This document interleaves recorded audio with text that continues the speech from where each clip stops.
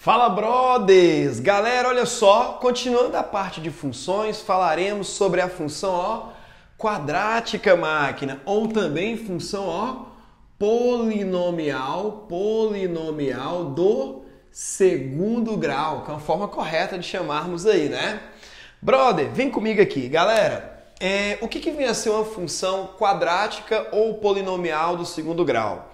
Nesse primeiro momento, nós vamos numa pegada mais técnica e não tão prática ainda na função quadrática. Em outras aulas, utilizarei mais a ideia prática, né? Que vem aquela ideia de determinar um aumento, que eu vou ter o maior lucro ou menor lucro, alguma coisa do tipo, quando tem lançamento, tem alguma igreja, um viaduto, um túnel no formato de uma parábola e pede alguns detalhes, tá bom? Mas aí são cenas de outro episódio. Máquina, vem aqui comigo, galera. A função quadrática é toda função que a sua estratégia, a sua história, ela sempre vai vir nesse formato, lembrando muito a expressão do segundo grau. Então nós citamos que ela vai ser toda função do tipo, vamos colocar assim, f de x igual a, né? Vai ter o azinho aqui, a x ao quadrado mais bx mais um outro amiguinho que fica sozinho aqui, mais c, nesse formato aqui. Então a função que tem essa estrutura aqui, nós a chamamos de função quadrática ou polinomial de segundo grau. Lembra bastante aqui, né, uma expressão de segundo grau, né? A galera já imagina, é a mesma coisa de equação de segundo grau, vamos lá. Equação é equação, função é função, confunde não, mas a estratégia de mostrar essa mesma pegada. E lembrando, o termo A é aquele que acompanha a minha variável, no caso aqui o x ao quadrado, B, o que acompanha o x elevado a 1 e o C é o que está sozinho. Lembrando, galera, o A ele pode assumir quase todos os valores. O único número que o A não vai assumir aqui no caso é o zero. Porque se A for zero, aqui fica 0x ao quadrado, aqui morreu. Entendeu? Aí eu já não vou ter mais uma função quadrática, talvez uma função afim, ou se o B for zero, uma função constante, tá bom? Beleza? Então a gente vai lembrar que o A tem que ser diferente de zero, daqui a pouco eu coloco aqui que tem algo muito mais especial lá para frente. Ok? Então, para a gente ter uma primeira visão aqui, alguns exemplos de funções quadráticas, né? Isso aqui é o modelo de uma função quadrática. Se eu coloco aqui no caso, x ao quadrado menos 6x mais 8 é o modelo de uma função quadrática. Se eu coloco aqui g de x é igual menos x ao quadrado mais 4x mais 10, por exemplo, é um modelo de uma função quadrática, galera, tá bom? Quadrática ou polinomial de segundo grau. Lembrando, o único termo que não pode se ausentar é o x ao quadrado, tá bom? Perfeito? Então, tipo assim, pode ficar lá, tem uma função menos x ao quadrado mais 10? Sim, super possível. Posso ter uma função que é menos x ao quadrado mais 4x? Também é super possível aí. Galera, então nesse primeiro momento, o que nós vamos preocupar? Com a questão gráfica de uma função quadrática. Então, nesse primeiro momento aqui, o que a gente vai ter uma primeira preocupaçãozinha vai ser com o lance do gráfico, galera. Então, olha só, pensa comigo aqui. Como é que vai ser a pegada do gráfico de uma função quadrática? O gráfico dela, olha só, sempre será representado por aquela figurinha, né, máquina? Vou relembrar aqui, chamada de parábola, galera. Então, o gráfico sempre será expresso por uma parábola, que ela pode vir nesse estilo aqui, para cima ou para baixo. Lembrando que tá aqui a parábola. Essa partezinha de dentro da parábola, nós chamamos de concavidade. Então, a nossa parábola pode ter a concavidade para cima ou para baixo. E já no primeiro momento, para a gente não ficar perdido, quem vai orientar, no caso, é a concavidade da parábola. Vai ser esse termo aqui, o termo A. A ideia do termo A é o quê? Orientar a concavidade. Então, você vai sempre pensar aí, o que o A faz da vida, máquina? Ele orienta a concavidade. Como assim ele vai orientar a concavidade? Quer ver? Vamos pegar ali duas situações para a gente. Máquina, nós teremos aqui no caso o plano cartesiano. Relembrar aqui, ó, plano cartesiano. Teremos aqui dois eixos, lembra aí? Eixo X, perfeito, chamado aí de eixo das abscissas, lembra? Abscissas. Teremos o outro eixo aqui, que nós vamos colocar aqui, que vai ser o eixo Y, galera. Eixo Y, nós o chamaremos aqui de eixo das ordenadas. Então, são os dois eixos, X e Y. Ok? Colocar mais uma aqui pra gente. De novo, eixo X, desse jeitinho aqui. E o eixo Y, no caso aqui, o eixo das ordenadas, né? Bichichas, cissas e ordenadas. Tá aqui. Então, vamos lá. Como é que a gente pode ter, no caso, aí, o gráfico da parábola? Lembrando, pode aparecer de duas maneiras aqui no caso da função quadrática. Ele pode vir nesse estilo aqui, ó, não tão horroroso assim. Pô, não ficou tão horroroso também, né? Me ajuda aí, máquina. Ou nesse estilo aqui, contrário.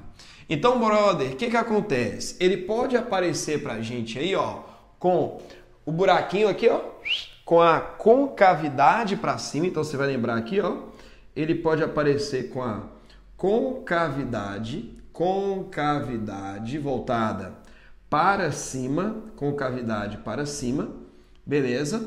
Ou no sentido contrário, né? Com a concavidade voltada, no caso, para baixo. Então, vou colocar aqui, ó, concavidade voltada para baixo, concavidade para cima ou concavidade para baixo. E lembrando, quem vai orientar a concavidade é o termo A. Mas assim, como é que ele vai orientar? Vai ser no lance dele ser positivo ou negativo. Se o termo A, no caso, ele for positivo, ou seja, nós falamos que é maior do que zero, concavidade para cima. Se ele for negativo, máquina, que no caso é menor do que zero, concavidade para baixo. Então, ó, lembra, quando a gente cita que algo é positivo, quer dizer que é maior do que zero. Quando algo é negativo, quer dizer que é menor do que zero, tá bom? Então, vamos lá. Concavidade vai orientar aqui, ó, vai ser orientada, na verdade, pelo termo A. Beleza. Mas aí eu preciso de mais coisas para eu ter condições de fazer um gráfico, não é? Máquina, esse lugarzinho onde não só a função quadrática, qualquer função toca aqui, ó, os eixos, eixo X, no caso aqui, toca o eixo X, são as raízes, né? Lembra lá quando você joga na fórmula de Bhaskara ou de soma-produto, você pode pegar, ó, a função, jogá-la na fórmula de Bhaskara ou de soma-produto, você vai determinar as raízes. E essas raízes, no caso, x' e x2, vai nos dar o quê? O lugar onde a parábola toca o eixo X, galera. Nesse modelo aqui, está tocando duas vezes. Mais para frente, galera, teremos situações que vai tocar apenas uma vez e até casos que não tocam. Mas aí é tema do nosso próximo encontro. Fique super tranquilo, máquina. Galera, o que mais que eu posso ter de referência para eu fazer o gráfico? Qual outro ponto notável? Aqui, ó. Esse lugarzinho que a parábola toca o eixo Y é o termo C. Então, o termo C aqui, ó, ele vai auxiliar no quê?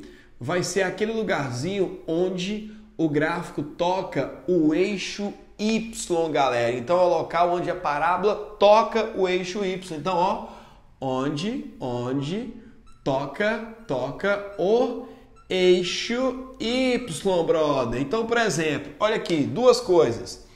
Nessa aqui o A vale 1, com cavidade para cima. Nessa aqui o A vale menos 1, com cavidade para baixo. Aqui o termo C é 8, termo C é 10. Toca Y no 8, toca Y no 10. Não sei se aí, mas creio que você deve estar pensando, beleza, ele falou do A, falou do C e o B.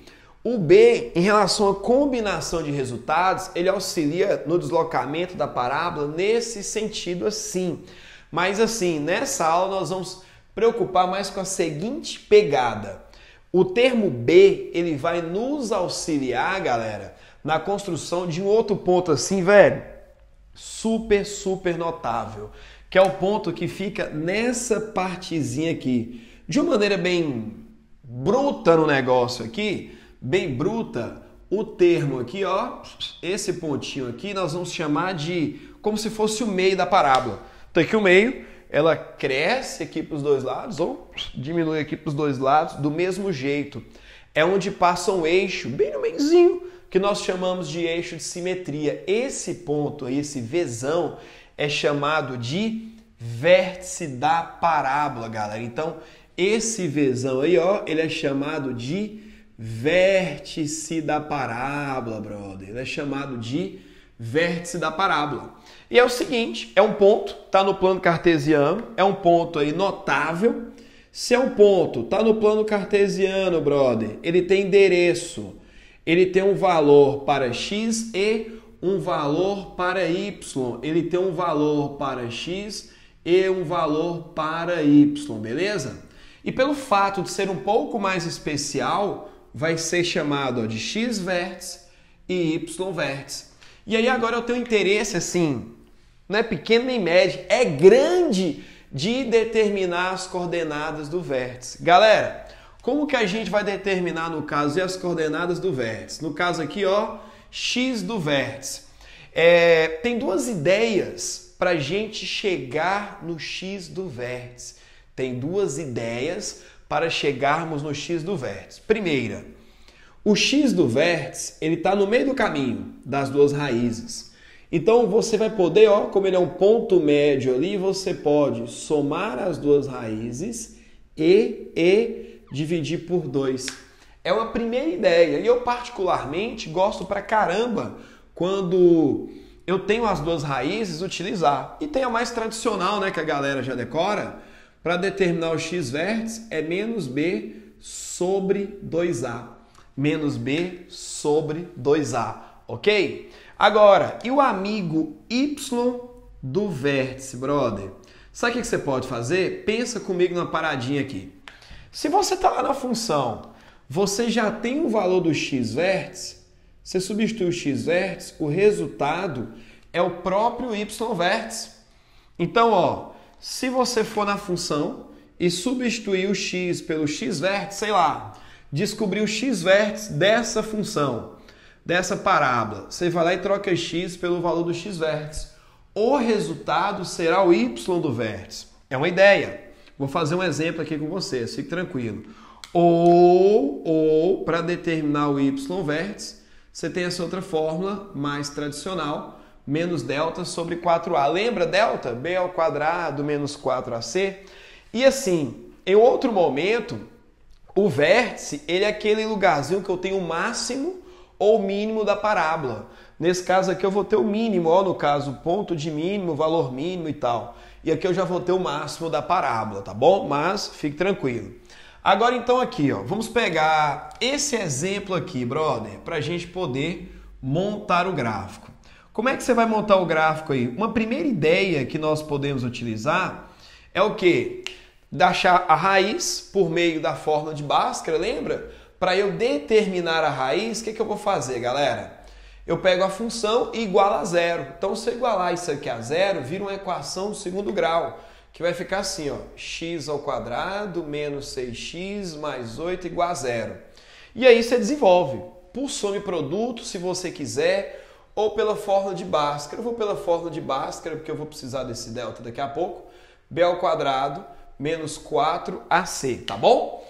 Então fica aqui, ó, delta vai ser b, que é menos 6 ao quadrado, menos 4 vezes a, que é 1, vezes c, que é 8. Vamos lá, menos 6 ao quadrado, 36. 4 vezes 8, 32, né? Tem um negativo na frente que eu vou manter. 36 menos 32, delta é igual a 4. A gente fica tão contente quando é 4, tem raiz exata. Au!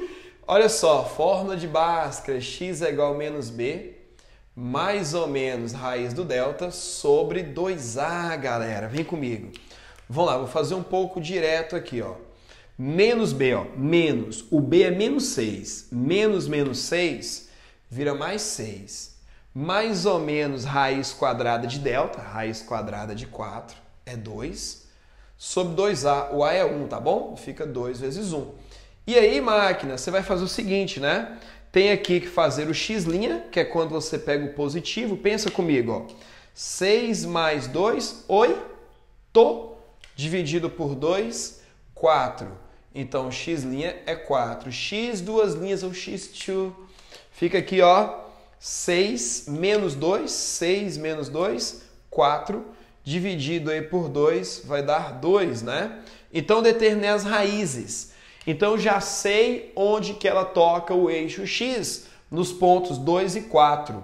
Beleza? Ok? Então, vamos só colocar aqui um plano cartesiano para a gente já começar a brincar nisso aí, galera. Então, ó, vou colocar aqui, lembrando, concavidade dela vai estar voltada, aí, no caso, para cima, porque o x ao quadrado, ele é, no caso aqui, positivo, brother. Vamos colocar o plano cartesiano desse jeitinho, desse modelo aqui, desse formato. Então, olha só, tá aqui, ó.